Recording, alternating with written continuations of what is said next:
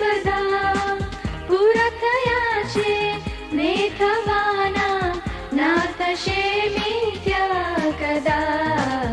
આશા ભર્યા દિલના ઉમળકા એ જ વચનોથી ફળે, બેચેન દિલડા ની બીમારી એ જ વચનોથી ટળે.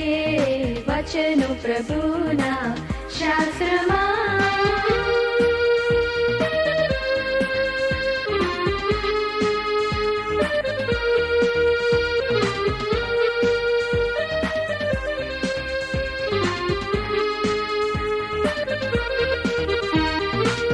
અંધાર પંથેથી વળી જ્યોતથી જગમગ થતી, કાળા શીખેતી મેરનું ત્યાં અલ્પ બિંદુએ નથી.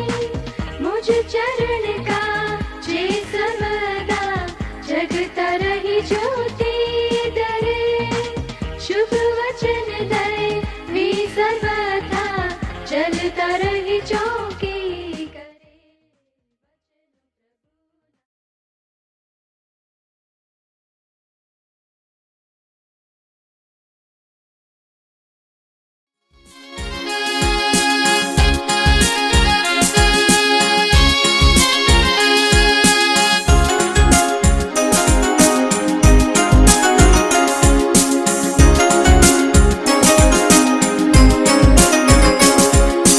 પ્રકાશે સૂર્ય કિરણ જ્યાં, ઈસુનો અમલ થશે ત્યાં.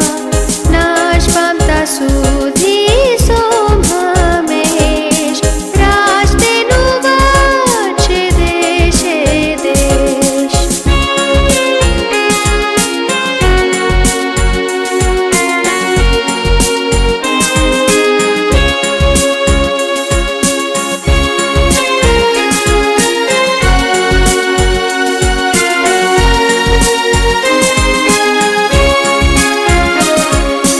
તે માટે પ્રાર્થના થશે ની, ફેલાવશે કીર્તિ ઘણાગી.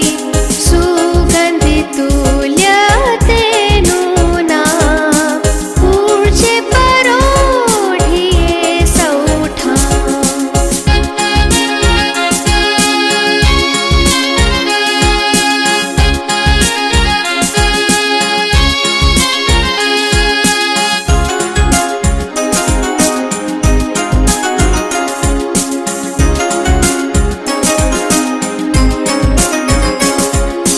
પ્રેમ તેનો સ્તવી મહિમાવાન, સૌ દેશની પ્રજા કરશે ગાન. ને કોમળ બાળો કાઢી સૂર, ગુણ ગાશે ઈસુના મધુર.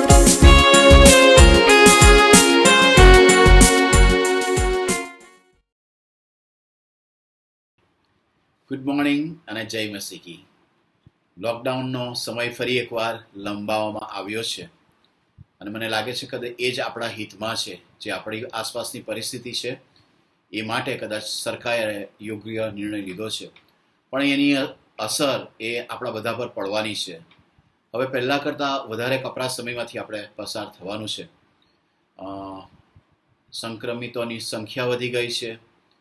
આપણામાંના ઘણા બધાને આજીવિકા માટે રોજનો જે ખર્ચ છે એ માટેના નાણાં માટેની આના પ્રશ્નો ઊભા થવાના છે.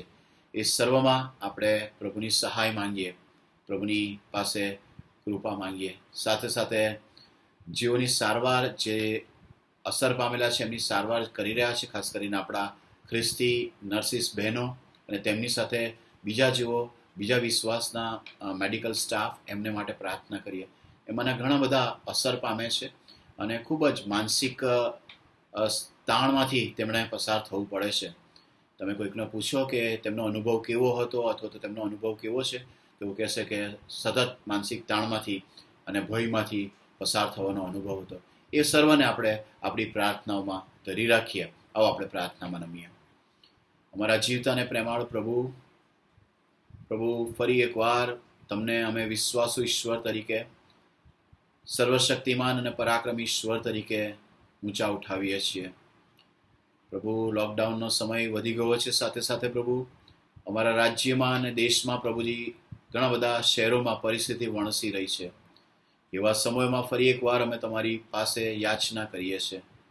તમે પ્રભુ તમારો હાથ લંબાવો અને આ સમયે પ્રભુ અમારા બહેનો, અમારી અલગ અલગ મંડળીના બહેનો જેઓને પ્રભુજી એ સંક્રમિતોની સારવાર માટે પ્રભુજી તેમને જવાબદારી સોંપવામાં આવી છે, તેમને માટે, તેમના રક્ષણને માટે અમે પ્રાર્થના કરીએ છીએ. એમની સાથે જે બીજા કામ કરનારા મેડિકલ સ્ટાફ અને પેરામેડિકલ સ્ટાફ છે, એમના રક્ષણને માટે અમે પ્રાર્થના કરીએ છીએ. એમની માનસિક પરિસ્થિતિને, તેમની આત્મિક જરૂરિયાતોને, તેમના કુટુંબને તમે તમારી ખાસ કૃપામાં અમે લાવીએ છીએ. પ્રભુ તમે તેમને સંભાળજો એવી પ્રાર્થના કરીએ છીએ. ઈસુ મારા પ્રભુ તમારું સાંભળો. આમેન.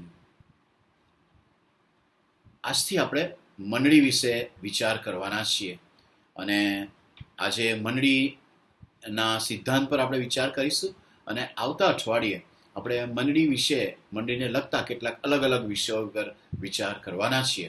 આજે આપણી સાથે રેવરન્ડ સંજીવ ક્રિશ્ચિયન સાહેબ છે, જેઓ GUSTમાં શિક્ષક છે અને તેઓ આપણને આ અભ્યાસમાં દોરશે. તેમને મેં વિનંતી કરીને તેમણે ફરી એકવાર આ જવાબદારી સ્વીકારી, એમને માટે હું ખાસ તેમનો આભાર માનું છું. આ સમય હું એમને સોંપું છું. આજના બાઇબલ અભ્યાસમાં આપ સર્વનો તારનાર પ્રભુ ઈસુ ખ્રિસ્તના નામમાં આવકાર કરું છું. અને ઈશ્વરના નામને ધન્યવાદ આપીએ છીએ. ઈશ્વરે અત્યાર સુધી આપણને કૃપા આપી કે આપણે સમયનો સદુપયોગ કરી શકીએ અને ઈશ્વરના વચનોમાંથી વિવિધ સેવકો દ્વારા જે અલગ અલગ સિદ્ધાંતો અને વિષયો પર આપણને જે સ્પષ્ટતા કરવામાં આવી, જે સમજણ આપવામાં આવી, અને એથી આપણા વિશ્વાસને ઈશ્વરે બળવાન કર્યો છે અને દ્રઢ કર્યો છે. માટે ઈશ્વરનો આભાર જ માનીએ છીએ. આજે આપણે ફરીને એકવાર એક બીજા સિદ્ધાંત તરફ વળવા માંગીએ છીએ અને ઈશ્વરના વચનોમાંથી આપણે એનું વાંચન કરીશું અને ત્યાર પછી સિદ્ધાંતને સમજવાનો પ્રયત્ન કરીશું. અત્યારે આપણે માથીની સુવાર્તા તેનો 16મો અધ્યાય અને તેના 13 થી 20 વચનો વાંચીએ અને સાંભળીએ. અને ઈસુએ કૈસારિયા ફિલિપ્પીની સીમમાં આવીને પોતાના શિષ્યોને પૂછ્યું કે માણસનો દીકરો કોણ છે, એ વિશે લોકો શું કહે છે? ત્યારે તેઓએ તેને કહ્યું કે કેટલાક કહે છે યોહાન બાપ્તિસ્ત, ને કેટલાયક એલિયા, ને કેટલાયક યર્મિયા અથવા પ્રબોધકોમાંનો એક. તે તેઓને કહે છે, પણ હું કોણ છું તે વિશે તમે શું કહો છો? ત્યારે સિમોન પીતરે ઉત્તર દીધો કે તું મસીહ, જીવતા દેવનો દીકરો છે. અને ઈસુએ તેને ઉત્તર દીધો કે સિમોન, યુના પુત્ર, તને ધન્ય છે, કેમ કે માંસે તથા લોહીએ નહીં, પણ મારા આકાશમાંના બાપે તને એ જણાવ્યું છે. અને હું પણ તને કહું છું કે તું પિત્તર છે, ને આ પથ્થર પર હું મારી મંડળી બાંધીશ, ને તેની વિરુદ્ધ હાદેસની સત્તાનું જોર નહીં ચાલે. આકાશના રાજ્યની કૂંચીઓ હું તને આપીશ, ને પૃથ્વી પર તું જે કંઈ બાંધશે તે આકાશમાં બંધાશે, અને પૃથ્વી પર તું જે કંઈ છોડશે તે આકાશમાં છોડાશે.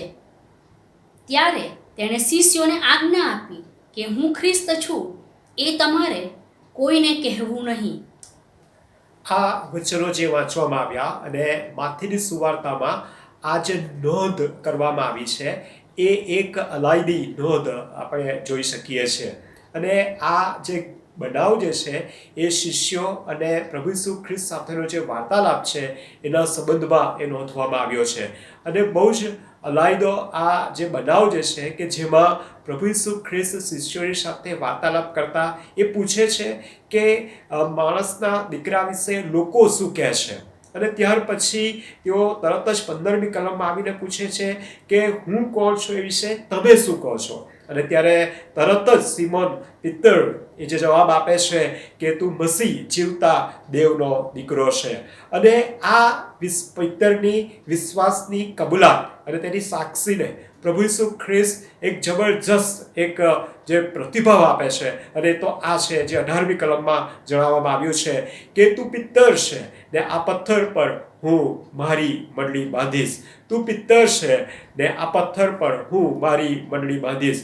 આઈ વિલ બિલ્ડ માય ચર્ચ. અને અહીંયા એ મંડળીના સિદ્ધાંતના સંદર્ભમાં આપણે જોવા માંગીએ છીએ. એ ચર્ચના સિદ્ધાંતને આપણે સમજવા માંગીએ છીએ. વલો અહીંયા પ્રથમ વખત પ્રભુ ઈસુ ખ્રિસ્ત તેમના સેવા કાર્યમાં મંડળી શબ્દનો ઉપયોગ કરે છે. ચારેય સુવાર્તામાં આપણે જોઈએ ત્યારે ક્યાંય આ શબ્દનો ઉપયોગ પ્રભુ ઈસુ ખ્રિસ્ત તેમના પૃથ્વી પરના જીવન સેવા કાર્યમાં એ વાપરતા નથી, પણ ફક્ત માથી જે છે એ આજ એક અલાયદી નોંધ લાવે આપણી પાસે લઈને આવે છે અને ત્યાં એક જણાવે છે કે હું મારી મંડળી બાંધીશ.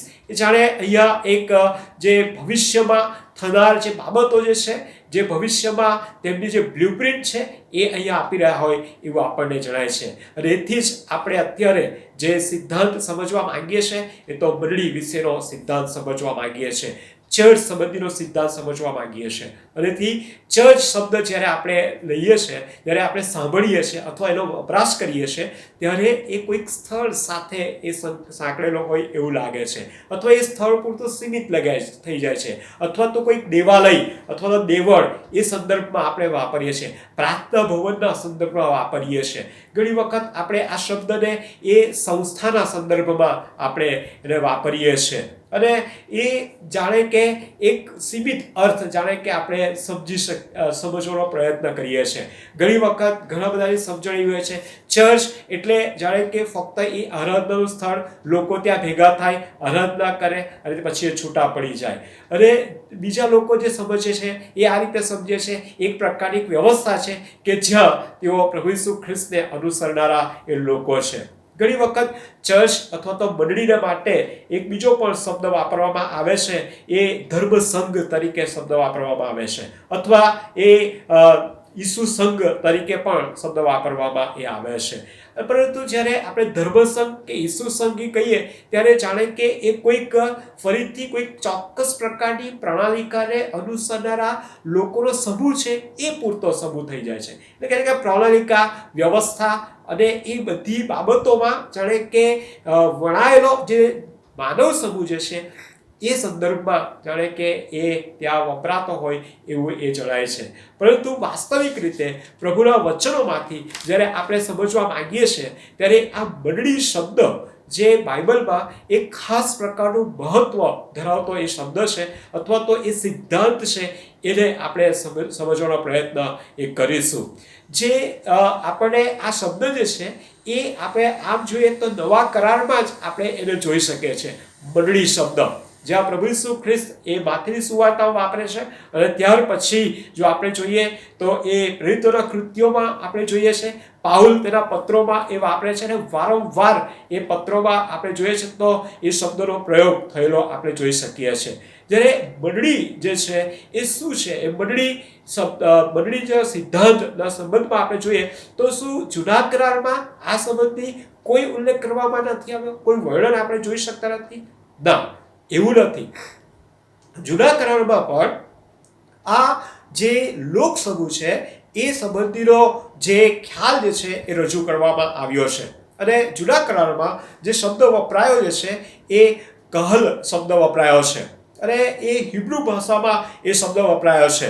જ્યારે આપણે જોઈએ ત્યારે એ કોઈક પ્રજાને માટે એ શબ્દ વપરાયો હોય અથવા લોકોની સભાને માટે એ શબ્દ વપરાયો હોય એ સંદર્ભમાં એ આપણે જોવા માંગીએ છીએ. પહેલો રાજા તેનો 12મો અધ્યાય અને તેની 3જી કલમ જો આપણે જોઈએ, રાજાઓનું પહેલું પુસ્તક અને તેનો 12મો અધ્યાય અને તેની 3જી કલમ જો આપણે જોઈએ તો ત્યાં આપણે જોઈ શકીએ છીએ તો ઇસ્રાયેલની સમગ્ર પ્રજા તરીકે એને કહેવામાં આવે છે. એ કલમ આપણે વાંચીશું, રાજાઓનું પહેલું પુસ્તક તેનો 12મો અધ્યાય અને તેની 3જી કલમ.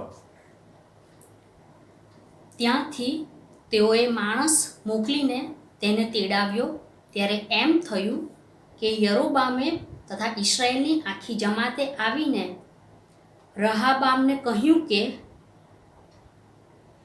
ઇસરાયેલની આખી જમાત અથવા તો જમાત શબ્દ પણ વાપરવામાં આવે છે.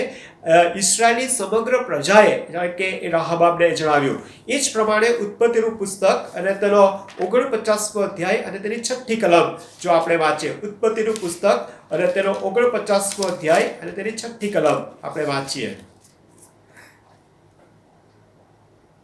મારા જીવ, તેઓની સભામાં ન જા, મારા ગૌરવ, તેઓની મંડળીમાં સામેલ ન થા, કેમ કે તેઓએ ક્રોધથી એક માણસને મારી નાખ્યું ને ઉન્મત્તાઈથી બળદની નસ કાપી નાખી, તેને લંગડો કર્યો. અહીંયા સભા શબ્દ વાપરવામાં આવ્યો છે. અહીંયા પણ મંડળી શબ્દ આપણે જોઈ શકીએ પણ એ સભા શબ્દ, લોકોનો સમૂહ તરીકે એ શબ્દ વપરાય છે. કહલ શબ્દ જે છે એ લોકોના સમૂહ તરીકે, લોકોની સભાના સંદર્ભમાં એ વાપરવામાં એ આવે છે. બીજી જગ્યાએ જે ચિત્ર જે કહલનું જે રજૂ કરવામાં આવે છે એ હજકેલનું પુસ્તક અને તેનો 23મો અધ્યાય અને તેના 45 થી 47 વચનો. હજકેલ પ્રબોધકનું પુસ્તક, તેનો 23મો અધ્યાય અને તેના 45 થી 47 વચનોમાં એ બીજું એક ચિત્ર જાણે કે આ રજૂ કરવામાં આવેલું છે. નેક પુરુષો તેમનો ન્યાય કરીને તેમને છીનાળોની તથા ખૂની સ્ત્રીઓની શિક્ષા ફરમાવશે, કેમ કે તેઓ છીનાળો છે, તેઓના હાથમાં રક્ત છે. માટે પ્રભુ યહોવા કહે છે કે હું તેમના ઉપર ચઢાઈ કરવા એક લશ્કરી ટુકડીને બોલાવીશ ને તેમને આમ તેમ ફેંકી દેવા તથા લૂંટી લેવા સારું સોંપી દઈશ. એ શું કહે છે કે એક આર્મીના સ્વરૂપમાં અહીંયા હજકેલા પુસ્તકમાં આપણે જોઈએ છે એક આર્મી ચોક્કસ હેતુને સાથે જાય કે આર્મીને અથવા તો એ સૈન્યને ત્યાં મોકલવામાં એ આવે છે. એ ચિત્ર એ રજૂ કરવામાં આવેલ છે. ત્યાં પણ આ કહલ શબ્દ એ વાપરવામાં એ આવ્યો છે. કાળવૃત્તાંતનું પહેલું પુસ્તક, તેનો 13મો અધ્યાય અને તેની પહેલી અને બીજી કલમ જો આપણે જોઈએ તો ત્યાં દાઉદ જે છે એ દાઉદ રાજા એ ત્યાં એ સભાને સંબોધન કરે છે અને જ્યાં સભા શબ્દ વાપર્યો છે ત્યાં ફરીથી કહલ શબ્દ એ આપણે જોઈ શકીએ છીએ. કાળવૃત્તાંત પહેલું કાળવૃત્તાંત 13મો અધ્યાય પહેલી બીજી કલમ. પછી દાઉદે સહસ્ત્રાધિપતિઓની તથા શતાધિપતિઓની એટલે સર્વ સરદારોની સલાહ લીધી. દાઉદે ઇસરાયેલની આખી સભાને કહ્યું કે જો તમને સારું લાગે ને જો આપણા દેવ યહોવાની મરજી હોય તો આપણા જે ભાઈઓ ઇસરાયેલના આખા દેશમાં બાકી રહ્યા છે તથા તેઓની સાથે જે યાજકો તથા લેવીઓ પોતાના પાદરોવાળા નગરોમાં રહે છે તેઓની પાસે સર્વત્ર માણસ મોકલીએ કે તેઓ દેવનો કોષ આપણી પાસે ફરીથી લાવવાને એકઠા થાય. એ જોઈએ છે તો દેવનો કોષ લાવવાને માટે દાઉદે કોને સંબોધન કર્યું? સભાને સંબોધન કર્યું. તો સભા જે છે અથવા તો લોક સમૂહ જે છે એ ફરીથી અહીંયા આપણે જોઈએ છે તો ત્યાં એ કહલ શબ્દ જે છે એ શબ્દ એ ત્યાં વાપરવામાં આવ્યો છે. બીજો એક સંદર્ભ આપણે જોઈશું, નિર્ગમનનું પુસ્તક 16મો અધ્યાય અને તેની 3જી કલમ. નિર્ગમનનું પુસ્તક, તેનો 16મો અધ્યાય અને તેની 3જી કલમ.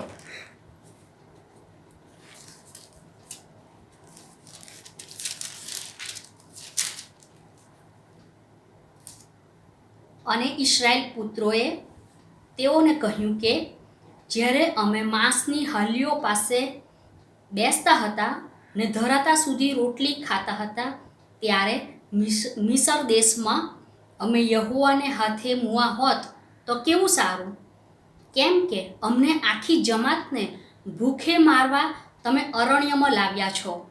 યા આખી જમાત શબ્દ એ વાપર્યું છે. વિશાળ જન સમૂહ જે છે એના સંદર્ભને આપણે જોઈએ છે કે જ્યાં કહલ શબ્દ એ વાપરવામાં એ આવ્યો છે.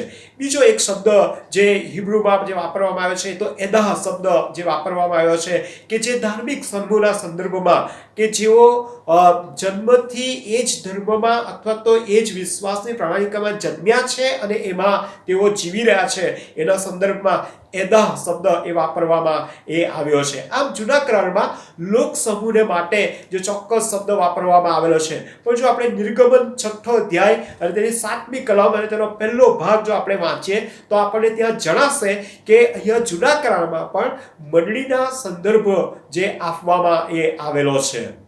નિર્ગમન 6 અને 7 અને તેનો પહેલો ભાગ. અને હું તમને મારા લોક કરી લઈશ ને હું તમારો દેવ થઈશ. એ શું કહે છે કે હું તમને મારા લોક કરી લઈશ. મારા લોકો, એટલે કે ઈશ્વર એ અહીંયા પસંદ કરી રહ્યા છે, અલગ કરી રહ્યા છે અને એમની સાથે કરાર કરી રહ્યા છે કે તમે મારા લોક થઈ રહેશો અને હું તમારો ઈશ્વર થઈ રહીશ. બહુ ગજબની બાબત જાણે કે અહીંયા એ જોવા મળે છે કે જૂના કરારમાં પણ આ લોક ચોક્કસ લોક સમૂહની સાથે ઈશ્વર જાણે કે તેઓની પસંદગી કરે છે, તેઓને એ અલગ કરે છે અને તેઓની સાથે એક કરાર એ કરે છે કે હું તમારો ઈશ્વર થઈશ. બીજી જે કલમ સંદર્ભ આપણે જોઈશું નિર્ગમન 19 અને 5 જે છે એ આપણે ત્યાં જોઈએ. નિર્ગમન 19 અને 5. તો હવે જો તમે મારું કહેવું માનશો ને મારો કરાર પાળશો તો સર્વ લોકમાંથી તમે મારું ખાસ ધન થશો. યા ઈશ્વર કહે છે કે તમે મારું ખાસ ધન થશો. રાઈટ? પસંદ કરે છે, અલગ કરે છે, કરાર કરે છે અને એક ઓળખ આપે છે કે તમે મારું ખાસ ધન થશો. અને આમ જો જૂના કરારમાં આપણે જોઈએ તો અલગ અલગ સંદર્ભો અને અલગ અલગ બાબતો કે જ્યાં ઈશ્વર એક ચોક્કસ પ્રકારના લોકોની સાથે એ કરાર કરે છે, એની પસંદગી કરીને એમને અલગ કરીને એક કરાર કરે છે અને એ સાથે સાથે એ ઓળખ પણ આપે છે કે ઈશ્વર તેઓનો સાથે છે અને તેઓ તેના એ લોક છે. પુનર્નિયમનું પુસ્તક 4થો અધ્યાય અને તેની 20મી કલમ જો આપણે જોઈએ તો કહે છે કે તમે તેમના વારસાના લોક થશો. એટલે કે છે કે ઈશ્વરના વારસાના લોક થવાની વાત આવે છે. 14મો અધ્યાય અને તેની બીજી કલમ આપણે જોઈએ તો ત્યાં ફરીથી આપણે જોઈએ છે કે યહોવાએ, ઈશ્વરે એ પોતાના લોકોને એ ત્યાં પસંદ કર્યા છે. 14મો અધ્યાય પુનર્નિયમ 14 અને તેની બીજી કલમ આપણે વાંચીએ. કેમ કે તું યહોવા તારા દેવની પવિત્ર પ્રજા છે ને પૃથ્વીની સપાટી પરની સર્વ દેશ જાતિઓમાંથી તને યહોવાએ પોતાની ખાસ પ્રજા થવા સારું પસંદ કર્યો છે. શું કહે છે કે પૃથ્વીની સપાટી પરની તમામ પ્રજાઓમાંથી તેની પોતાની ખાસ પ્રજા થવા સારું પસંદ કર્યો છે. ચોક્કસ લોક સમૂહ, પસંદ કરાયેલો લોક સમૂહ, અલગ કરાયેલો લોક સમૂહ, કરારયુક્ત એવો લોક સમૂહ એ આપણે ત્યાં જોઈ શકીએ છીએ. બીજો એક રેફરન્સ આપણે વધુ જોઈશું. લેવીયનું પુસ્તક 26મો અધ્યાય અને તેની 12મી કલમ. લેવીયનું પુસ્તક તેનો 26મો અધ્યાય અને તેની 12મી કલમ.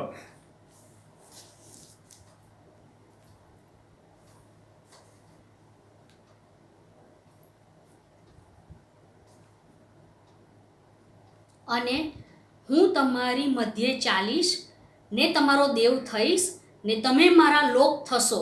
હું તમારી મધ્યે ચાલીશ. ઈશ્વર એવું જાણે કે ઓળખ આપીને છોડી દેવાની વાત નથી, વારસો આપીને છોડી દેવાની વાત નથી, એ પવિત્ર પ્રજા ઓળખાઈને છોડી દેવાની વાત નથી. પણ અહીંયા શું કહે છે કે હું તમારી મધ્યે ચાલીશ.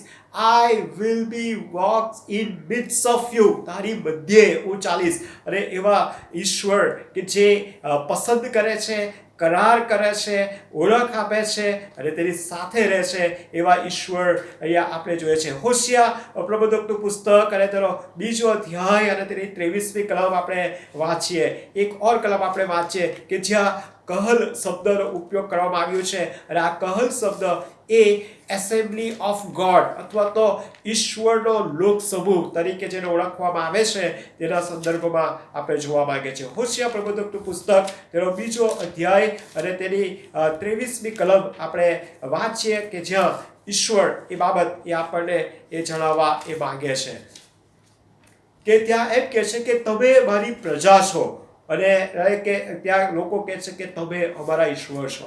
એ ઈશ્વર જાણે કે એ ફરીથી એના સ્મરણમાં લાવે છે, એ લોકોના સ્મરણમાં લાવે છે કે તમે મારી પ્રજા છો. એ કહે છે કે તમે અમારા ઈશ્વર છો. અને બહુ ચોક્કસ બાબત જાણે કે કરાર અહીંયા આપણે ત્યાં એ જોઈ શકીએ છીએ. એથી જ વાલો અહીંયા જો આપણે જોઈએ તો ઈશ્વર એ ખાસ પ્રકારના લોકો થવાને માટે, એના પવિત્ર લોકો થવાને માટે એ પસંદ કરે છે, તેને અલગ કરે છે, એની સાથે કરાર કરે છે, તેમને ઓળખ આપે છે, તેમની મધ્યે ચાલે છે અને હંમેશા તેમનું સ્મરણ રાખીને એ આગળ અને આગળ એ દોરી જાય છે. બીજું શમુએલ તેનો 7મો અધ્યાય તેની 12 થી 17 વચનોમાં આપણે એક રેફરન્સ જોઈએ. આપણે બીજું શમુએલનું પુસ્તક અને તેનો 7મો અધ્યાય અને 12 થી 17. જ્યારે તારા દિવસો પૂરા થશે ને તું તારા પિતૃઓ ભેગો ઊંઘી જશે, ત્યારે હું તારા પછી તારા પેટમાંથી નીકળનાર તારા સંતાનને ઊભો કરીશ ને તેનું રાજ્ય હું સ્થાપીશ. તે મારા નામને સારું ઘર બાંધશે ને તેનું રાજ્યાસન હું સદાને માટે સ્થાપિત કરીશ. હું તેનો બાપ થઈશ ને તે મારો પુત્ર થશે. જો તે ભૂંડાઈ કરશે તો હું મનુષ્યની સોટી વડે તથા મનુષ્ય પુત્રોના સાટકા વડે તેને શિક્ષા કરીશ. પણ જેમ મેં શાઉલને તારી આગળથી ખસેડીને તેની પાસેથી મારી કૃપા લઈ લીધી, તેવી રીતે તેની પાસેથી તે જતી રહેશે નહીં. અને તારું કુટુંબ તથા તારું રાજ્ય તારી આગળ સદા અવિચળ થશે. તારું રાજ્યાસન સદાને માટે કાયમ થશે. આ સર્વ વચન પ્રમાણે તથા આ સઘળા દર્શન પ્રમાણે નાથાન દાઉદની આગળ બોલ્યો. જોઈએ છે તો ઈશ્વર એ ચોક્કસ પ્રકારનો એ દાઉદ સાથે કરાર કરે છે અને ત્યાં તેના દ્વારા જેને કે એક બહુ મોટી પ્રજા, એક ખાસ પ્રકારની પ્રજા તરીકે, એક રાજ્યની પ્રજા તરીકે તેને ઓળખવાનો પ્રયત્ન એ કરે છે. આમ જૂના કરારમાં જો આપણે જોઈએ તો ઈશ્વરના પસંદ કરાયેલા, અલગ કરાયેલા, કરાર યુક્ત થયેલા લોકોનો જે સમૂહ જે છે એને એક ખાસ પ્રકારની ઓળખ એ કહલથી એ કરવામાં આવે છે કે જે મંડળીના સંદર્ભમાં આપણે જોઈ શકીએ છીએ. અને આ જ બાબત એ નવા કરારમાં પ્રભુ ઈસુ ખ્રિસ્ત પણ એ પોતાના લોકોને માટે, જ્યારે પ્રભુ ઈસુ ખ્રિસ્ત કહે છે કે મારી મંડળી બાંધીશ, ત્યારે એ પસંદ કરાયેલા, અલગ કરાયેલા, છોડાવાયેલા લોકો, કરારથી એ બંધાયેલા લોકોનો સમૂહ તરીકે એને આપણે સમજી શકીએ છીએ. અને એટલા જ માટે નવા કરારમાં જે શબ્દ વપરાયો છે એ તો એક્લેસિયા શબ્દ વપરાયો છે. જે ગ્રીક ભાષાનો શબ્દ જે છે એ તો એક્લેસિયા શબ્દ છે. અને આ એક એટલે આ કમ્પાઉન્ડ શબ્દ છે, જેમાં એક જે છે એટલે આઉટ ઓફ, એટલે કે ના માંથી બોલાવેલા, એક એટલે ના માંથી બોલાવેલા, અને કલેઓ એટલે ટુ કોલ, એટલે કે ના માંથી બોલાવેલાનો સમૂહ અથવા તો બહાર કાઢી લાવેલાઓનો એ સમૂહ એ તરીકે એ ત્યાં કરવામાં આવે છે. અને અહીંયા એ ગ્રીક ભાષામાં એ નાગરિકોનો સમૂહ કે જે રાષ્ટ્રના હિતમાં અથવા તો તેના સંદર્ભમાં પણ એ વાપરવામાં એ આવે છે. જ્યારે સપ્તતિ જે સાહિત્ય જે છે એમાં એ જે આ એક્લેસિયા શબ્દ જે છે એ શબ્દ એ ચોક્કસ હેતુ માટે બોલાવેલા લોકોનો સમૂહ એવો અથવા તો કોઈક રાષ્ટ્ર વતી કોઈ પ્રતિનિધિત્વ કરનાર લોકોનો સમૂહ તરીકે પણ એને ઓળખવામાં એ આવે છે. અહીંયા આપણે બીજો એક નવા કરારમાં આપણે આવીએ અને ત્યાં જે રેફરન્સ એક તપાસવા માંગીએ છીએ, અને એ તો અહીંયા આપણે જોઈએ છે તો એ પ્રભુ ઈસુ ખ્રિસ્ત જે છે એ મંડળી સંબંધી વાત કરે છે. ત્યારે એ શું કહે છે કે હું મારી મંડળી બાંધીશ, હું મારી મંડળી બાંધીશ. અને આ મંડળીના સંદર્ભની વાત કરે છે ત્યારે એ સ્થાનિક સંદર્ભની વાત કરે છે, પણ સાથે સાથે એ સાર્વત્રિકતાના સંદર્ભમાં પણ એ વાત કરે છે. ફક્ત એ એક સમયે કોઈ એક જ જાતિમાં, કોઈ એક જ જગ્યાએની વાત નથી કરતા, પરંતુ એ ત્યાંથી લઈને એ આખા સમસ્ત વિશ્વમાં અને સમસ્ત દેશ જાતિઓમાં, સમગ્ર લોકોમાં જાણે કે એ તેની મંડળી એ સ્થાપશે. અને એ સંદર્ભમાં અને એ તમામ લોકો, એ તમામ દેશ જાતિના લોકો પણ તેઓ તેની મંડળીમાં હશે, એ જાણે દર્શન જાણે અહીંયા જોઈ છે એવું આપણને જોવા મળે છે. સો મંડળી જે છે એ મંડળી એ સ્થાનિક પણ છે, પણ એની સાથે સાથે એ સાર્વત્રિક પણ છે, એવું પણ એ આપણે અહીંયા સ્પષ્ટ રીતે જોઈ શકીએ છીએ. આ જે મારા ખાસ શ્લોક જે છે જેના માટે એક્લેસિયા શબ્દ વાપર્યો છે, એ એક્લેસિયા શબ્દને આપણે આ 4 શબ્દોમાં જો જોઈએ તો આપણને વધારે એ સમજ એ પડશે કે જેમાં જે પ્રથમ શબ્દ જે છે એ તો પસંદ કરાયેલા, ચોઝન વન એવો શબ્દ આપણે જો જોઈએ તો પહેલો પિત્તર તેનો બીજો અધ્યાય તેની 9મી કલમ અને તેની પહેલો ભાગ જે છે આપણે જોઈએ તો ત્યાં કહે છે કે ત્યાં પસંદ કરેલી પ્રજા એવો શબ્દ એ વાપર્યો છે. શું પસંદ કરનાર છે ઈશ્વર એ અથવા તો પ્રભુ ઈસુ ખ્રિસ્ત એ પસંદ કરે છે, એ પસંદ કરે છે અને ત્યાં એ લોકોને એ જણાવે છે, એ બાબત વિશે એ ત્યાં જાહેર કરે છે. રોમીયોનો પત્ર તેનો 8મો અધ્યાય અને તેની 30મી કલમ જો આપણે વાંચીએ તો ત્યાં આપણને એ બાબત વિશે આપણને જાણવા મળશે. રોમીયોનો પત્ર તેનો 8મો અધ્યાય અને તેની 30મી કલમ. વળી જેઓને તેણે અગાઉથી મુકરર કર્યા તેઓને તેણે તેડ્યા પણ, અને જેઓને તેણે તેડ્યા તેઓને તેણે ન્યાયી પણ ઠરાવ્યા, અને જેઓને તેણે ન્યાયી ઠરાવ્યા તેઓને તેણે મહિમાવંત પણ કર્યા. શું કહે છે કે જેઓને અગાઉથી તેણે મુકરર કર્યા, જાણે કે આ મંડળીમાં સામેલ થવાને માટે ઈશ્વરે અગાઉથી જાણે કે એ નક્કી જ કરી રાખ્યું છે. એ જે પ્રથમથી જાણે કે એની પસંદગીમાં એ આવ્યા જ છે એવું એ જાહેર કરે છે. શું પસંદ કરાયેલા લોકો, અને એટલા જ માટે એ પહેલો પિત્તર બીજો અધ્યાય 9મી કલમનો પહેલો ભાગ કહે છે કે પસંદ કરેલી પ્રજા તરીકે. મંડળીને માટે અહીંયા પસંદ કરેલી પ્રજાના સંદર્ભમાં આપણે જોઈએ છે એ લોકોનો સમૂહ જે એક્લેસિયા જે છે, જે બહાર બોલાવવામાં આવેલા લોકોનો સમૂહ તરીકે આપણે જોઈએ તો એને એમાં ઈશ્વરની શું છે પસંદગી છે. ઈશ્વર એ મુકરર કરેલી જે પસંદગી છે એ ત્યાં એ જાહેર કરે છે. બીજી જે બાબત જે છે એ તો એ છે કે રોમીયોનો પત્ર 5મો અધ્યાય તેની 8 થી 11 કલમોમાં આપણે જોઈશું તો ત્યાં એ બાબત આપણને જોવા મળશે કે તેણે આપણે છોડાવ્યા છે, તેમણે આપણો બચાવ કર્યો છે, તેમણે આપણો ઉદ્ધાર કર્યો છે, તેમણે આપણને તારણ આપ્યું છે, એની ખાતરી આપણને એ કરાવવામાં એ આવે છે. રોમીયોનો પત્ર 5મો અધ્યાય 8 થી 11. પણ આપણે જ્યારે પાપી હતા ત્યારે ખ્રિસ્ત આપણે સારું મરણ પામ્યો એમ કરવામાં દેવ આપણા પર પોતાનો પ્રેમ પ્રગટ કરે છે.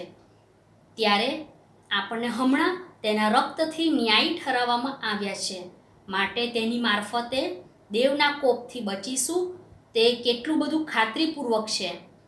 કેમ કે જ્યારે આપણે શત્રુ હતા ત્યારે જો દેવની સાથે તેના દીકરાના મરણ દ્વારા આપણો તેની સાથે મિલાપ થયો તો મિલાપ થયા પછી આપણે તેના જીવનને લીધે બચીશું તે કેટલું વિશેષ ખાતરીપૂર્વક છે. એટલું જ નહીં પણ આપણા પ્રભુ ઈસુ ખ્રિસ્ત દ્વારા આપણો હમણાં મિલાપ થયો છે તેને આશરે આપણે દેવમાં આનંદ પણ કરીએ છીએ. એ કહે છે કે એ ઈશ્વર જે પ્રેમ જે પ્રભુ ઈસુ ખ્રિસ્તમાં પ્રગટ થયો તે આપણને શું કરાવનાર બન્યો? પાપના બંધનમાંથી, પાપના અધિકારમાંથી છોડાવનાર બની રહ્યો. રાઈટ, પસંદ કરનાર બની રહ્યો, એ આપણને તારણની ખાતરી આપનાર પણ બની રહ્યો.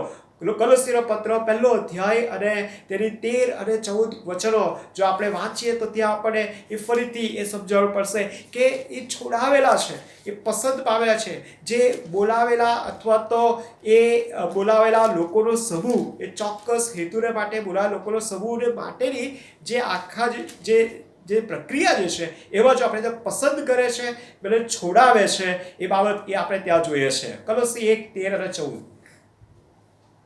તેણે અંધકારના અધિકારમાંથી આપણને છોડાવ્યા તથા પોતાના પ્રિય પુત્રના રાજ્યમાં આણ્યા. તેનામાં આપણને ઉદ્ધાર એટલે પાપોની માફી છે. શું કહે છે કે અહીંયા આપણને છોડાવવામાં આવ્યા અને તેના પુત્રના રાજ્યમાં આણવામાં આ રીતે મૂકવામાં આવ્યા, ત્યાં લઈ આવવામાં આવ્યા.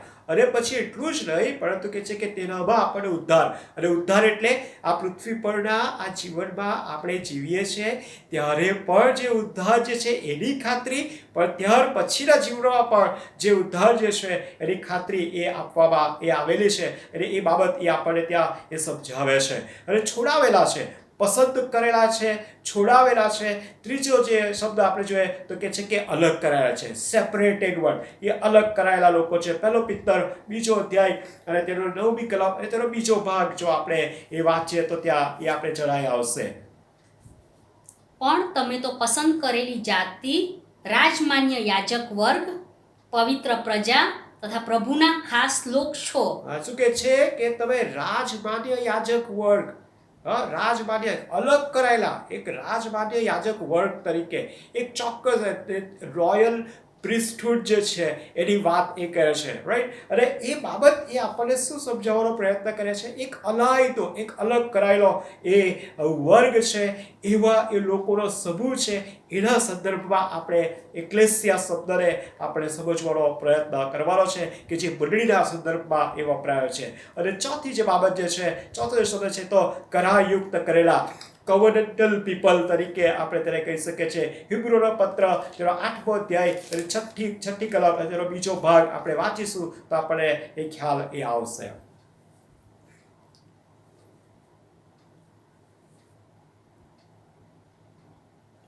પણ હાલ જેમ તે વિશેષ સારા વચનોથી ઠરાવેલા વિશેષ સારા કરારનો મધ્યસ્થ છે, તે પ્રમાણે તેને વધારે સારી સેવા કરવાનું મળ્યું.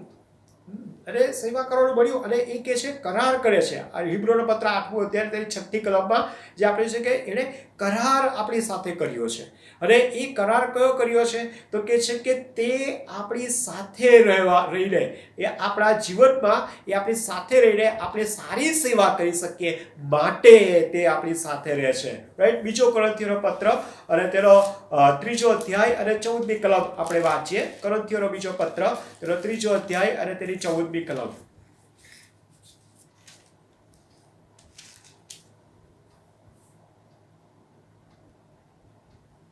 પણ તેઓના મન કઠણ થયા, કેમ કે છેક આજ સુધી જૂનો કરાર વાંચતી વખતે તે જ મુખપટ કાઢ્યા વગર એમને એમ રહે છે, પણ તે મુખપટ તો ખ્રિસ્તમાં દૂર કરવામાં આવે છે. એ દૂર કરવામાં આવ્યો છે અને ત્યાં એ જાણે કે ઈશ્વર પ્રભુ ઈસુ ખ્રિસ્ત દ્વારા શું કરવામાં આવ્યું, મુખ દૂર કરીને કરાર કરવામાં આવ્યો. એના લોકોની સાથે એ કરાર કવનન્ટલ પીપલ તરીકે એ આપણને એ જોવા મળે છે. અને એથી વાલાઓ મંડળી એટલે કે એ બોલાવેલા લોકોનો સમૂહ અથવા તો બહાર કાઢી લાવેલા લોકોનો સમૂહ. પણ એ કેવી રીતે તો કે છે કે જે પસંદ કરાયેલા છે, જેઓનો ઉદ્ધાર પ્રભુ ઈસુ ખ્રિસ્તમાં એ કરવામાં આવેલો છે, જેઓને એ જ પ્રભુ ઈસુ ખ્રિસ્ત અને એ આત્માએ એ અલગ કર્યા છે અને જેની સાથે જે કરાર કર્યો છે, એવા લોકોનો એ સમૂહ કે જ્યાં ત્રિએક ઈશ્વર એ હંમેશા તેમની સાથે રહેશે. એ ત્રિએક ઈશ્વર એમને તેમના વિશ્વાસની યાત્રામાં તેમની સંભાળ રાખનાર, એમને દોરી જનાર અને એટલું જ નહીં પરંતુ એમની સતત કાળજી રાખીને એ વિશ્વાસને વધારે બળવાન કરનાર, એ વિશ્વાસના પરિણામો એ આપનાર એ પ્રભુ જે છે એની વાત એ ત્યાં કરવામાં આવી છે. ને એ મંડળી સાથેના સંબંધની વાત એ ત્યાં કરવામાં આવી છે. અને એવા લોકોનો સમૂહ જે છે તેને આપણે મંડળી તરીકે એ આપણે ઓળખી શકીએ છીએ. અને એથી જ કરીને વાલાઓ આટલું સમજ્યા પછી એ જૂના કરારમાં આપણે જોયું, એ નવા કરારમાં એ આપણે જોયું, અને ત્યાર પછી જ્યારે એ મંડળી સંબંધી આપણે જોઈએ તો એ મંડળીના કેટલાક જે લક્ષણો છે અથવા તો નેચર ઓફ ધ ચર્ચ જે છે એ આપણે સમજવા માંગીએ છીએ.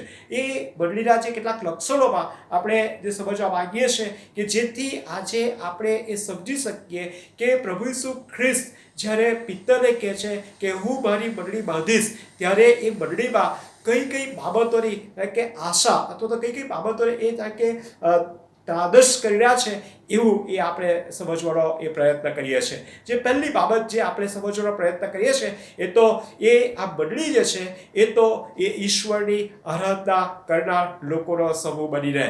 ઈશ્વરની આરાધના કરનાર લોકોનો સમૂહ બની રહે.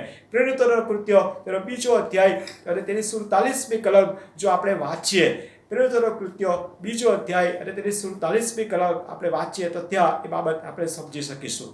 અને તેઓ દેવની સ્તુતિ કરતા હતા અને સર્વ લોકો તેમના પર પ્રસન્ન હતા. વળી પ્રભુ રોજ રોજ તારણ પામનારાઓને તેઓમાં ઉમેરતો હતો.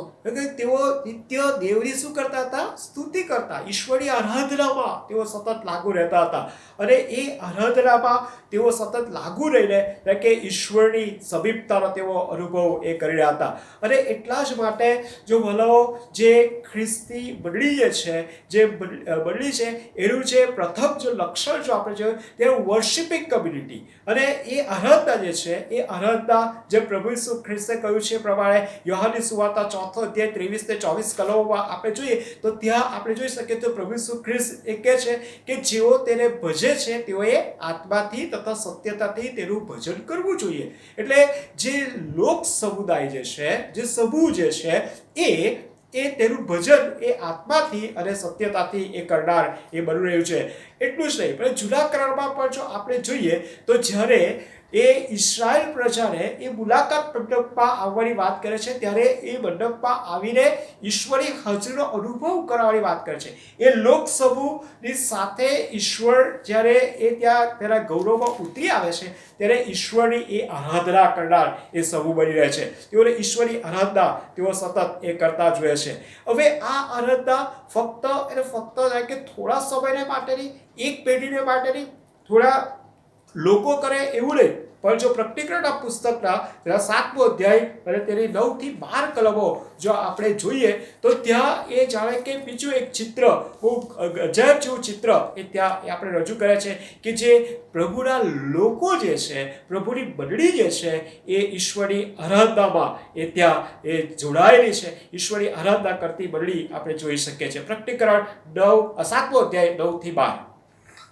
આ બીનાઓ બન્યા પછી મેં જોયું તો જુઓ, સર્વ દેશોમાંથી આવેલા સર્વ કુળના, લોકના તથા ભાષાના કોઈથી ગણી શકાય નહીં એટલા માણસોની એક મોટી સભા.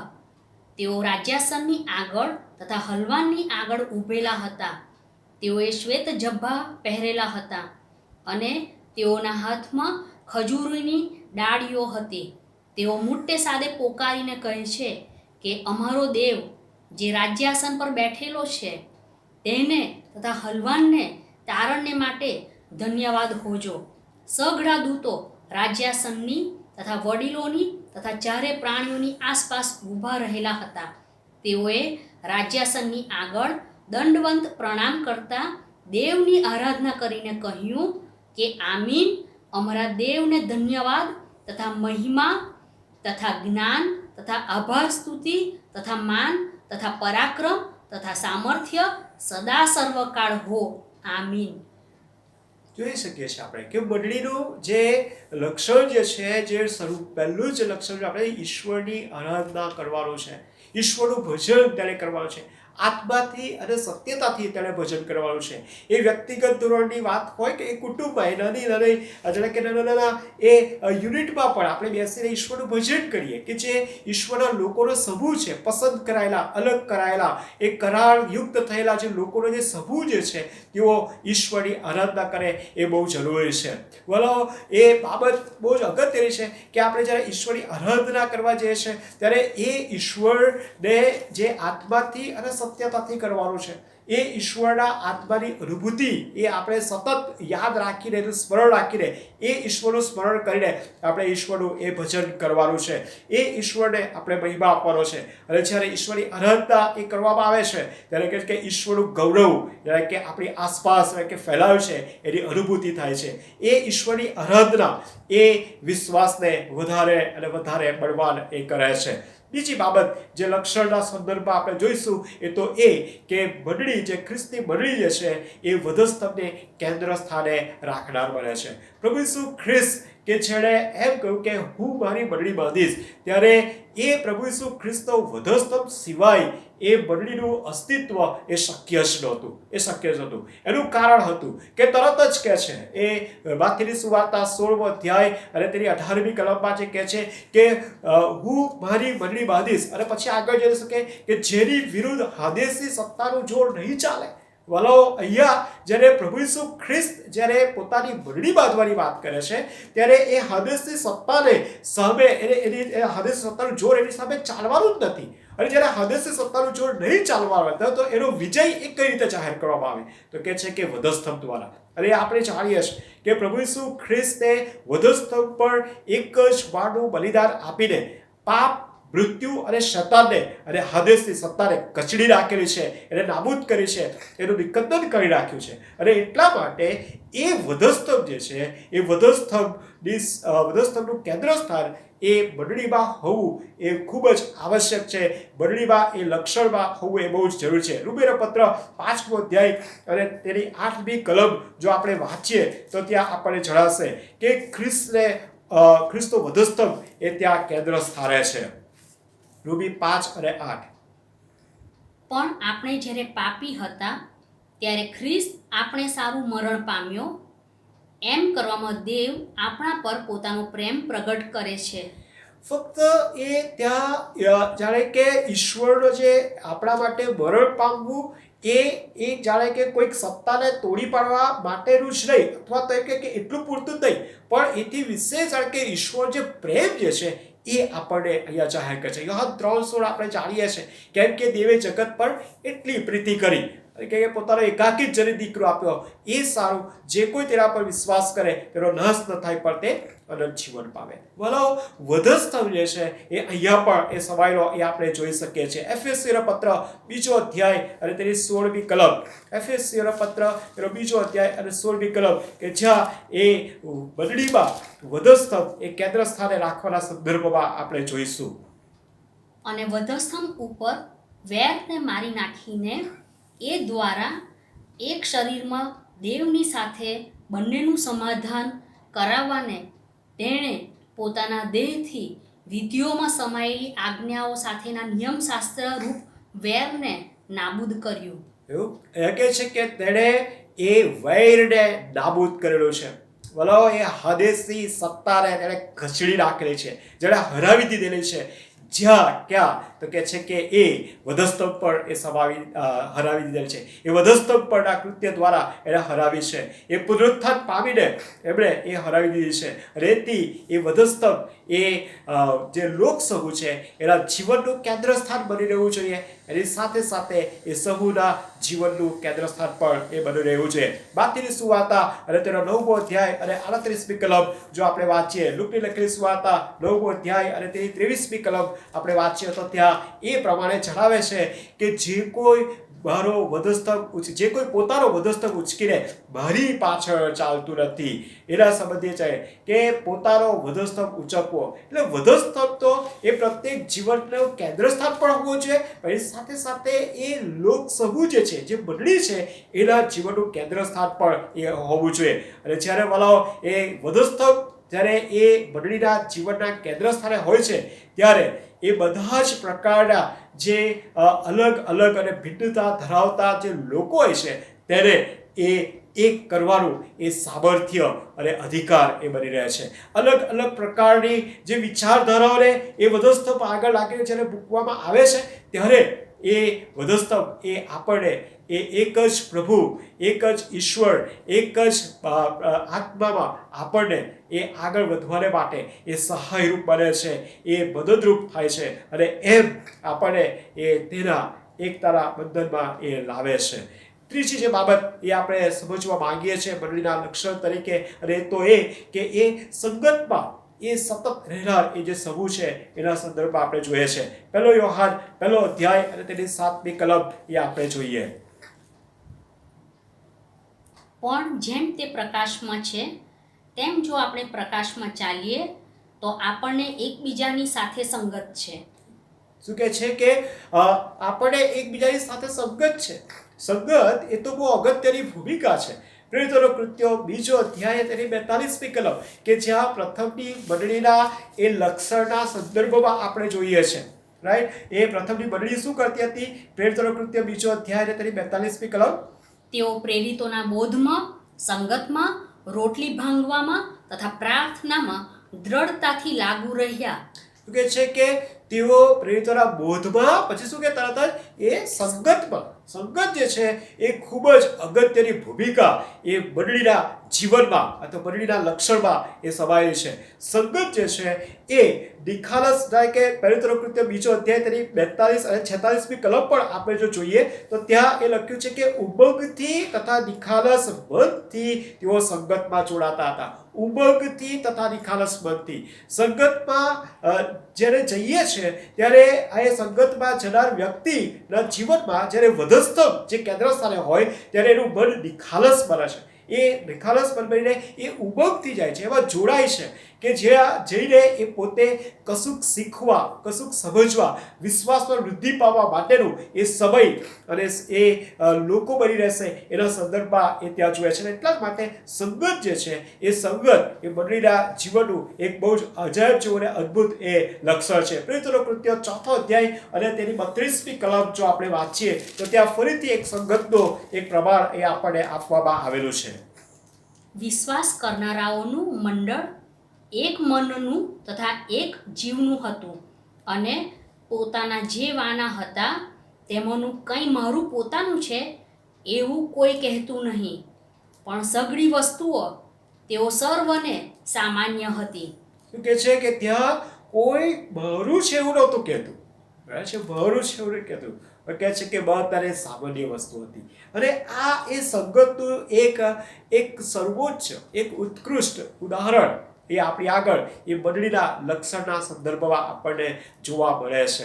બોલો, જ્યારે એ ઈશ્વરની આરાધના કરનાર લોકોનો સમૂહ એ ખ્રિસ્તા વધસ્તંભને કેન્દ્ર સ્થાને રાખીને ચાલે છે, અને જ્યારે એ સંગતની આશા અને અપેક્ષા એ સતત રાખે છે, ત્યારે ત્યાં એ પોતે એ પ્રભુ ઈસુ ખ્રિસ્તને સોંપાઈ જઈને તેની સંગતમાં રહેવાને માટે એ સતત એ તત્પર એ રહે છે. અને એ મંડળીનું એક લક્ષણ છે.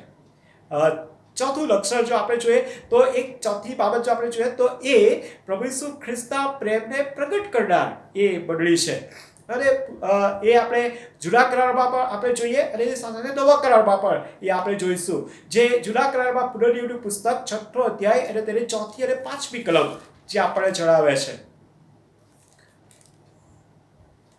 હે ઇસ્રાએલ, સાંભળ, યહોવા આપણો દેવ તે એકલો જ યહોવા છે, અને યહોવા તારા દેવ પર તું તારા પૂરા અંતઃકરણથી તથા તારા પૂરા મનથી તથા તારા પૂરા બળથી પ્રીતિ કર. પૂરા અંતઃકરણ છે કે તારે તું પ્રેમ કરવાની વાત કરે છે, કે તારા દેવ પર પ્રેમ કરવાની વાત એક છે. માથીની સુવાર્તા 22મો અધ્યાય અને તેની 37 થી 40 કલમો. માથીની સુવાર્તા 22મો અધ્યાય અને તેની 37 થી 40 કલમો, કે જ્યાં ઈશ્વર જાણે અહીંયા ફરીથી અહીંયા એ યાદ કરાવડાવે છે, અને એ જાણે કે બધા નિયમશાસ્ત્રનો સાર એ બે જ આજ્ઞામાં એ ત્યાં સમાવે છે, જ્યારે તે બે મહાન આજ્ઞાઓના સંદર્ભમાં આપણે જોઈએ છે. માથીની સુવાર્તા 22મો અધ્યાય અને 37 થી 40માં આપણે વાંચીશું. ત્યારે તેણે તેને કહ્યું કે પ્રભુ તારા દેવ ઉપર તું તારા પૂરા હૃદયથી ને તારા પૂરા જીવથી ને તારા પૂરા મનથી પ્રીતિ કર. પહેલી ને મોટી આજ્ઞા એ છે, અને બીજી આજ્ઞા એના જેવી જ છે, એટલે જેવી પોતા પર તેવી પોતાના પડોશી પર તું પ્રીતિ કર. આ બે આજ્ઞા આખા નિયમશાસ્ત્ર તથા પ્રબોધકોનો પાયો છે. આ જ બાબત આપણને માર્કની સુવાર્તા 12મો અધ્યાય અને તેની 29 થી 31મી કલમમાં પણ જાય છે. પણ ત્યાં એક શબ્દ એ વપરાય છે, ઓ ઇઝરાયલ. એ જાણે કે લોક સમૂહને સંબોધન કરી રહ્યા છે.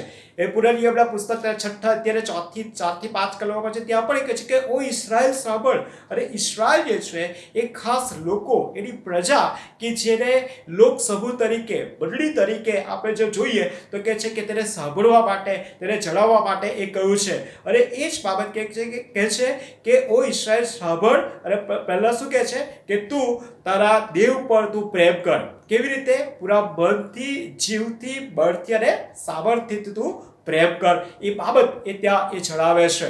અને એટલું જ નહીં, પરંતુ એ આગળ કહે છે કે એ પ્રેમ તું જ્યારે પ્રગટ કરવાની વાત આવે છે, એ ઈશ્વરનો પ્રેમ તે જે તું પામ્યો છે, તમે પામ્યા છો, તો એ જ પ્રેમ તમે બીજાઓની આગળ પણ પ્રગટ કરો. જેવો પોતા પર તેવો પોતાના પડોશી પર પ્રેમ કર. એ બાબત એ આપણને સમજાવવામાં આવે છે. પડોશીની વ્યાખ્યા સમજાવવા માટે અત્યારે આપણે જરૂર નથી, કારણ કે ઓલરેડી એ સુવાર્તાઓમાં પ્રભુ ઈસુ ખ્રિસ્ત એ પડોશીના સંદર્ભને સમજાવતા એ આપણી આગળ ઉદાહરણ, એ ભલા સમયનું ઉદાહરણ આપણી આગળ એ બહુ જ છે. અને એને આપણે સમજતા કહે છે કે એ રીતેનો પ્રેમ દર્શાવવાનું તું ચાલુ રાખ. અને એ જ રીતે જો આપણે જોઈએ તો ત્યારે જાણે કે ઈશ્વરનો પ્રેમ પ્રગટ કરવાને માટે ઈશ્વર આજે પણ સમયમાં પણ આ પેઢીને પણ એ જ રીતે કહી રહ્યા છે કે તું તારા દેવ પર કે જે તને પસંદ કરે છે, જે તને અલગ કરે છે, જે તને છોડાવે છે, જે તને અલગ કરીને એક નામ આપેલું છે, એક ઓળખ આપેલી છે, અને એ ઈશ્વર કે જે સતત તારી સાથે છે, એ ઈશ્વરનો પ્રેમ જે તારામાં જે પ્રગટ થયેલો છે, તારામાં જે વહેતો થયેલો છે, તે બીજા સુધી તું લઈ જા. પણ ભલો આપણે ઘણી વખત એમાં નિષ્ફળ ગયા છે. એટલા જ માટે એફેસસની મંડળીને જ્યારે એ પ્રકટીકરણના પુસ્તકમાં જ્યારે એ જણાવવામાં આવે છે ત્યારે એ શું કહે છે? તો કહે છે ત્યાં એફેસસની મંડળીએ કહે છે કે તારી વિરુદ્ધ એક જ મારી ફરિયાદ છે. અને ફરિયાદ કઈ છે? તો કહે છે કે પ્રથમના પ્રેમનો તે ત્યાગ કર્યો છે. પ્રથમના પ્રેમનો તે ત્યાગ કર્યો છે. એ બાબત એ કારણ કે ઈશ્વર જાણે કે એક નાની ફરિયાદના સ્વરૂપમાં એ કર્યા છે કે ઈશ્વરને પ્રેમ કરવાનું અને એ જ ઈશ્વરનો પ્રેમ બીજાઓ સુધી પ્રદર્શિત કરવાનું એ ચૂકી ગયા છે. અને ભલો એ મંડળી તરીકે આપણે એ રીતે સ્વાર્પિત પ્રેમ એ કરવાને માટે એ સતત એ આગળ વધીએ અને એ મંડળીનું એ લક્ષણ છે એ આપણે જોઈ શકીએ છીએ. અને બીજી એક બાબત એ જે મંડળીના લક્ષણના સંદર્ભમાં આપણે જોઈએ તો એ પાંચમી બાબત જે છે એ તો તેના જીવનના કેન્દ્ર સ્થાને મિશન હોવું એ બહુ જરૂરી છે. સેવા કાર્ય એ હોવું એ બહુ જરૂરી છે. ચર્ચ અને મિશન અથવા મંડળી અને સેવા કાર્ય એ બંને સાથે જતી એ બાબત એ છે. અથવા તો એમ કહીએ તો એક સિક્કાની એ બે બાજુ છે. ચર્ચ વગર ચર્ચ અને મિશન એ બંને સાથે જ જાય છે.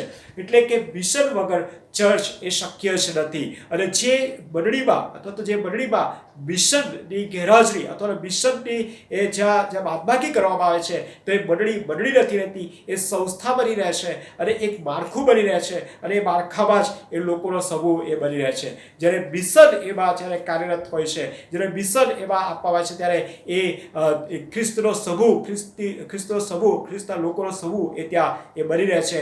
એ બાબત એ આપણે સમજી શકીએ છીએ. માથીની સુવાર્તા તેનો 16મો અધ્યાય અને તેની 18મી કલમમાં આપણે જોઈએ છે તો ત્યાં પ્રભુ ઈસુ ખ્રિસ્ત શું કહે છે કે હું મારી મંડળી બાંધીશ. અહીંયા જાણે કે એક મહાન જાણે કે આપણે એક તેડું આપવામાં આવ્યું હોય, એ પસંદગી કરીને તેડું આપવામાં આવ્યું હોય એ આપણે ત્યાં જોઈ શકીએ છીએ. માથીની સુવાર્તા 22મો અધ્યાય અને તેની 34 થી 40 કલમમાં આપણે જોઈએ, જે આપણે ઓલરેડી વાંચી ગયા છે કે તું તારા દેવ યહોવા પર પૂરા બળથી, જીવથી અને સામર્થ્યથી તું પ્રેમ કર, અને જેવો પોતા પર તેવો પોતાના પડોશી પર પ્રેમ કર. એક મહાન આજ્ઞાઓ એ આપણને એ આપવામાં આવી છે. અને એ સાથે સાથે માથીની સુવાર્તા 28મો અધ્યાય અને 18 થી 20 આપણે જોઈએ તો ત્યાં એ મહાન આદેશ આપવામાં આવ્યો છે. એ મહાન તેડું આપવામાં આવ્યું છે. Great call has been given અને great commandment has been given and that great commission has been given to the church to Christ in this earth. આ પૃથ્વી પર ખ્રિસ્તની મંડળીને એ આ આદેશ એટલે કે એ તેડું આપવામાં આવ્યું, એ આજ્ઞાઓ આપવામાં આવી અને એ આદેશ પણ આપવામાં આવ્યો કે તમે જઈને સર્વ દેશનાઓને શિષ્ય કરો. માથીની સુવાર્તા 28મો અધ્યાય અને તેની 18 થી 20 કલમો આપણે વાંચીએ. અને ઈસુએ ત્યાં આવીને તેઓને કહ્યું કે આકાશમાં તથા પૃથ્વી પર સર્વ અધિકાર મને અપાયો છે. એ માટે તમે જઈને સર્વ દેશનાઓને શિષ્ય કરો, બાપ તથા દીકરા તથા પવિત્ર આત્માને નામે તેઓને બાપ્તિસ્મા આપતા જાઓ. મેં તમને જે જે આજ્ઞા કરી તે સર્વ પાળવાનું તેઓને શીખવતા જાઓ. અને જુઓ, જગતના અંત સુધી હું સર્વકાળ તમારી સાથે છું. વલો અહીંયા પ્રભુની મંડળીને પ્રભુ જે મંડળીના શિરપતિ છે, પ્રભુ કે જે મંડળીના માલિક છે, પ્રભુ જે મંડળીને જે બાંધવાને માટેનો જે કોલ આપેલો છે, જેણે એ આજ્ઞાઓ આપી છે અને આદેશ આપ્યો છે, એ શું કહે છે કે જઈને સર્વ દેશનાને શિષ્ય કરો. મંડળીનું જે કાર્ય જે છે, લક્ષણ છે, એમાં તો એ શિષ્યો બનાવવાની સેવામાં એ સતત લાગુ રહેનાર એ મંડળી જ છે. એ શિષ્યો બનાવવાની સેવા સંખ્યાની દ્રષ્ટિએ નહીં, કહે છે કે શિષ્યો બનાવવાની સેવામાં સતત લાગુ રહેનાર મંડળી એ આપણે જોઈએ છે. એ પ્રથમની મંડળીનો આપણે જ્યારે લઈએ ત્યારે પણ એ જ બાબત આપણને સમજવા મળે છે કે ત્યાં તેઓએ એ શિક્ષણ આપવામાં સતત લાગુ રહ્યા.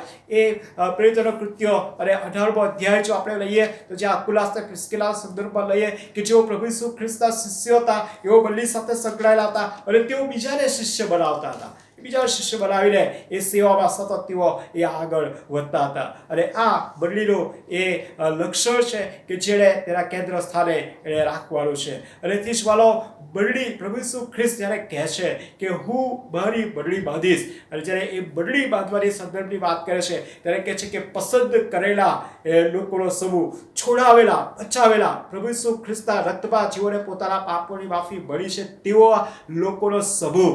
એટલું જ નહીં, પરંતુ કહે છે કે તેમને એ અલગ કરાયેલા લોકોનો સમૂહ, એ ચોક્કસ હેતુને માટે અલગ કરાયેલા લોકોનો સમૂહ, અને જેની સાથે ઈશ્વરે કરાર કર્યો છે કે હું તારી સાથે હોઈશ. આ માથેની સુવાર્તા તેના 28 અધ્યાય એના 20મા વચન જે કહેવામાં આવ્યું છે એ પ્રમાણે કે પૃથ્વીના અંત સુધી હું તમારી સાથે હોઈશ. એક કરાર જાણે કે એક ખાતરી સાથેનો કરાર જાણે કે એ કરવામાં આવે છે. અને એ કરાર કરેલા લોકોનો જે સમૂહ જે છે કે જેના જીવનના કેન્દ્ર સ્થાને એ ઈશ્વરની આરાધના છે, એ વધસ્તંભ છે, એ સંગત છે, એ ઈશ્વરના પ્રેમને પ્રગટ કરવાની ઉત્કંઠા છે, અને ઈશ્વરના સેવાકારી, ઈશ્વરના રાજ્યની વૃદ્ધિને માટે સતત એ જાગૃત, સંવેદનશીલ અને જાગૃત એવું એ એના જીવનનું એ મુખ્ય ધ્યેય બની જતું હોય છે.